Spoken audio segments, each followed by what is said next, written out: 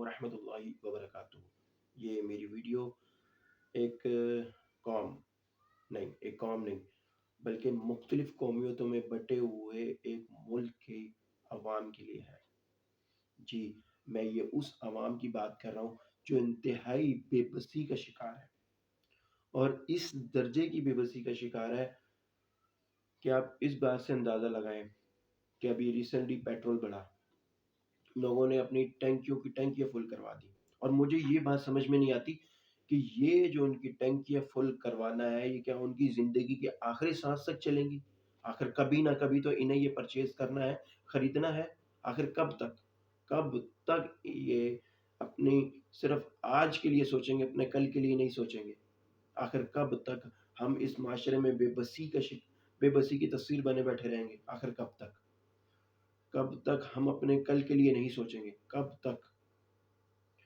دکھ ہوتا ہے، تکلیف ہوتی ہے، دل سے آہیں نکلتی ہیں یہ سوچ کے، اور پھر میں یہ سوچتا ہوں کہ یہ ڈیزرو کرتے ہیں، یہ لوگ یہ ڈیزرو کرتے ہیں کہ اس سے بھی برا ہو ان کے ساتھ، کیونکہ ہمارے اعمال ہی اس طرح کے ہیں۔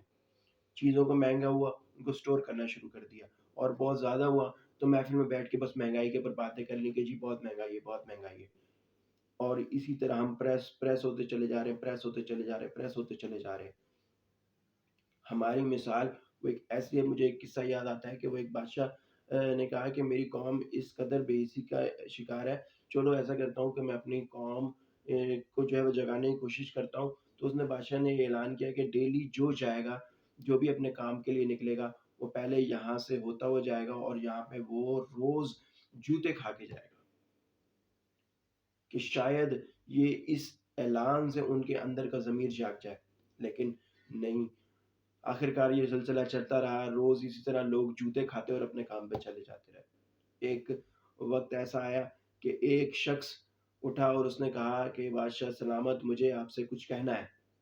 تو بادشاہ خوش ہوا کہ شاید میری قوم میں سے کسی ایک انسان کا ضمیر جاگا۔ تو اس نے پوچھا کہ اپنے باشندے سے کہ کیا کہتے ہو؟ تو باشندے نے، مجھے حیرانگی ہوتی ہے باشندے کے الفاظ سن کے، وہ کہتا ہے کہ بادشاہ سلامت، ہم جب صبح کام پہ جاتے ہیں تو ہمیں دیر ہو جاتی ہے، تو پلیز آپ جو ہے اپنے یہ جوتے مارنے والوں کی تعداد بڑھا دیں، اور جو اپنا ہمارے، کیونکہ ہمیں کام پہ جانے میں دیر ہو جاتی ہے۔ تو آج ہمارا یہی حال ہے کہ ہمیں جو جتنا پریس کیے چلے جا رہے ہیں، ہم اتنا پریس ہوتے چلے جا رہے ہیں۔ ہمارے اندر سے نہ تو ہمارا ضمیر جاگ رہا ہے، نہ وہ اسی بے بسی کے عالم میں مزید ڈوبتے چلے جا رہے ہیں۔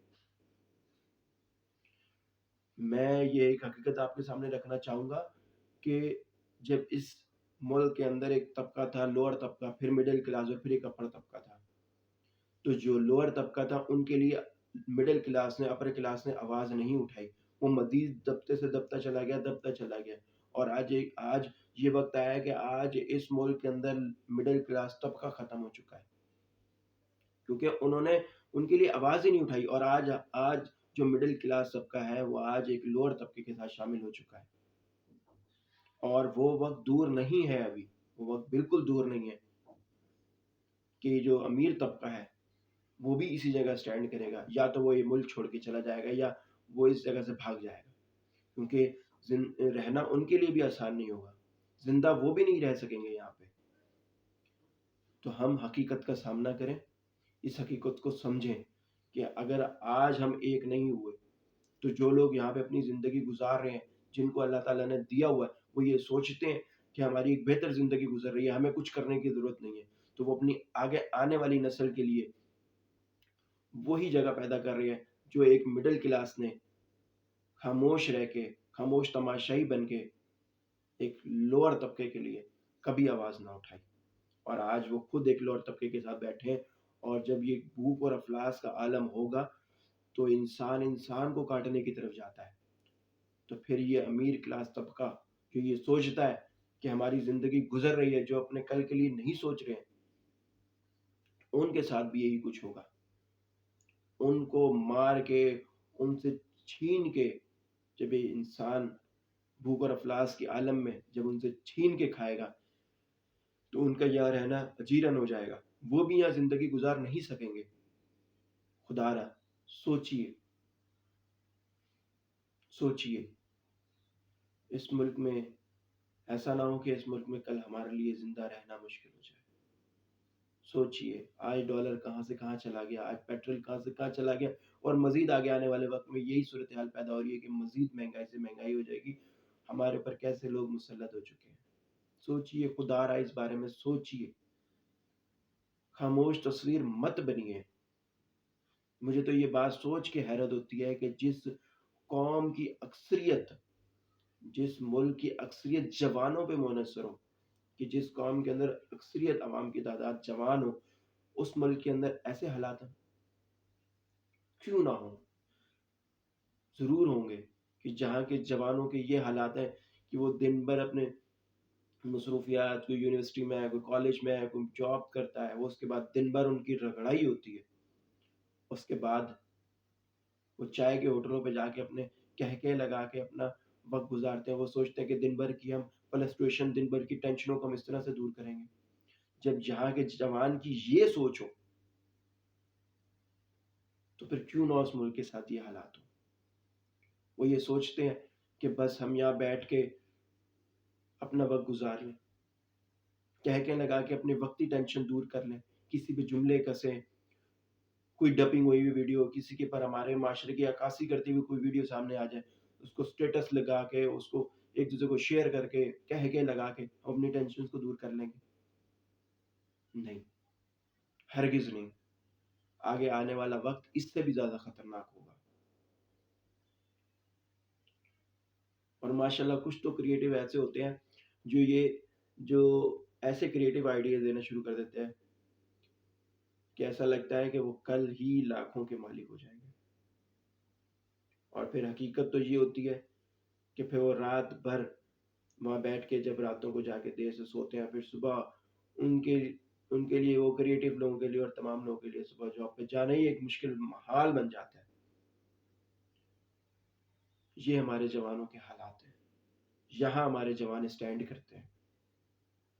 خدا را اپنے آپ کو یہاں سے نکالیں. جوان سمجھیں اس ملک کی حقیقت کو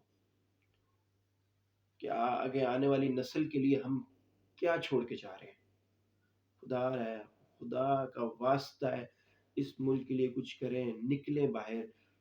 ہمارے پر مسلط لوگوں کو، ہمارے پر جو مسلط لوگ ہیں، سب سے پہلے انہیں ان کی زنجیروں سے اپنے آپ کو آزاد کروائے.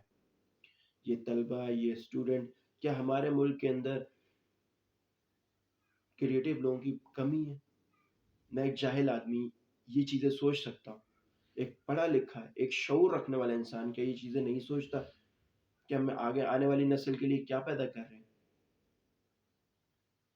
خدا کا واسطہ ہے، سوچئے. اس ملک کے لیے، اس قوم کے لیے سوچئے. اپنے آگے آنے والی نسل کے لیے سوچئے. کیا اس کو بھی ہم غلامی کے زنجیروں میں رکھیں گے؟ جوانوں سے میری یہ ریکویسٹ ہے، یہ درخواست ہے کہ آگے آنے والا وقت ہمارا ہے. ہم نے زندگی گزارنی ہے. اگر ہم نہیں سوچیں گے تو کوئی ہمارا نہیں سوچے گا. نکلیے، بڑھیے، اپنا قدم آگے بڑھائیے. اس ملک کی بھاگ دوڑ کو سنبھالیے. اس ملک کو چھوڑ کے نہ جائیے. اس ملک کی بھاگ دوڑ کو سنبھالیے. جان جاتی ہے جائے. جان کا ڈر ہے سب سے زیادہ قیمتی ایک نقصان. انسان یہی سوچتا ہے کہ ہماری جان چلی جائے گی. جان جاتی ہے جائے، لیکن اپنے آنے والی نسل کے لیے، اپنے کل کے لیے کچھ کریے. اگر آج نہیں تو کبھی نہیں. میرا یہ پیغام زیادہ سے زیادہ تک لوگوں تک شیئر کیجئے. کوئی ایک انسان زندہ ہوتا ہے، جاگ اٹھتا ہے، تو میرے اس میسج کا مقصد پورا ہو جاتا ہے.